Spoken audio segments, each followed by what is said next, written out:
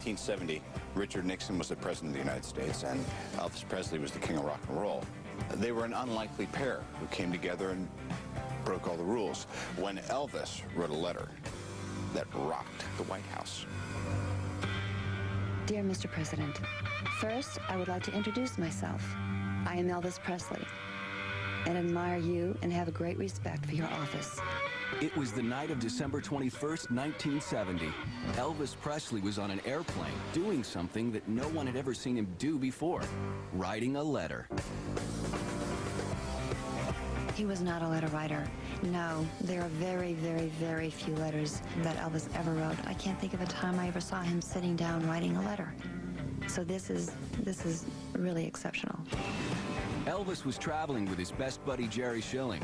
They were on a flight to Washington, D.C. Elvis's body language and intensity, I knew he was doing something important. And don't forget, I didn't know. I wasn't going to look at the letter he was writing unless he asked me to.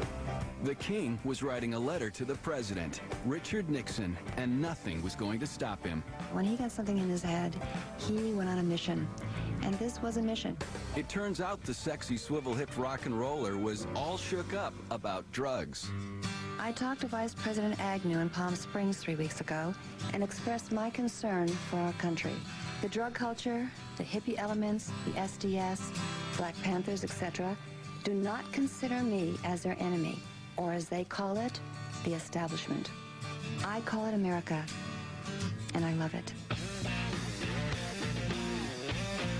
He was concerned about our country. He was concerned about it turning into a drug culture. He was concerned about kids and teenagers.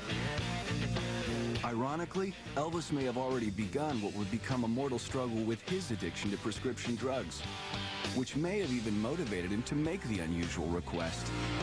The world's most high-profile performer was asking to become a secret agent. And more importantly, he wanted the badge that goes with it.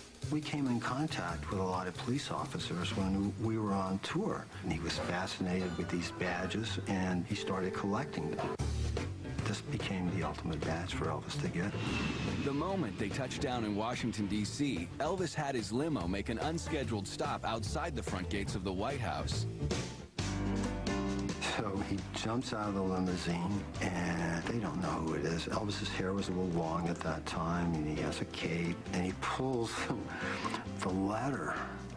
I mean, who knows what he's pulling out of his pocket? And the White House security were like, I could see there was a problem. So I jump out the limousine and said, excuse me, this is Mr. Presley. He just wants to drop a letter off to the president. I was sitting at my desk, and I got a phone call. Bud, are you sitting down? And I said, yeah, I think so. What's up? He said, well, the king is here. And I looked down at my desk where I had the list of people the president was to see that day. I said, well, there are no kings on his schedule. What do you mean? He said, no, not just any two-bit king, the king of rock. Within minutes, the letter reached Nixon's inner circle. It's on American Airlines stationery, about 5 pages in length.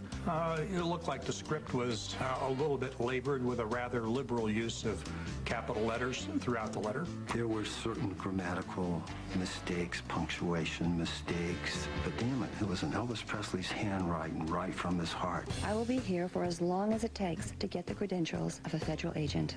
I am glad to help, just so long as it is kept very private.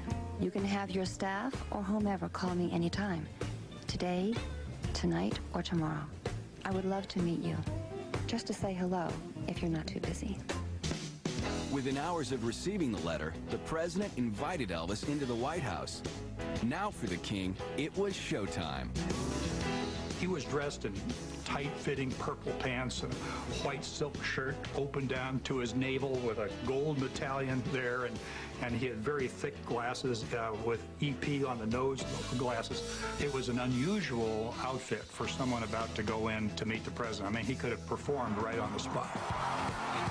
After formal introductions, Elvis got to the business of his letter and asked for the crime-fighting badge of his dreams. I said, Mr. President, you want to get him a badge? We can get him a badge. He said, well, we'll see that he gets one.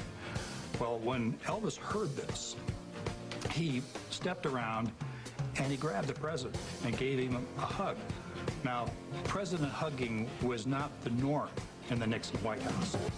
This was something that was very, very personal to him. The fact that he met him and that he got the credentials, and it was important to him. Why so important? I think that he felt that he had these credentials, he had this badge, that he could change the thinking process of kids who are on drugs or people who we knew that were on street drugs and do something about it. They were two men as different as their haircuts, brought together by one letter from the heart. I was nominated this coming year, one of America's 10 most outstanding young men. That will be in January 18th in my hometown of Memphis, Tennessee. I believe that you, sir, were one of the top 10 outstanding men of America also. Respectfully, Elvis Presley. Not all letters arrive in an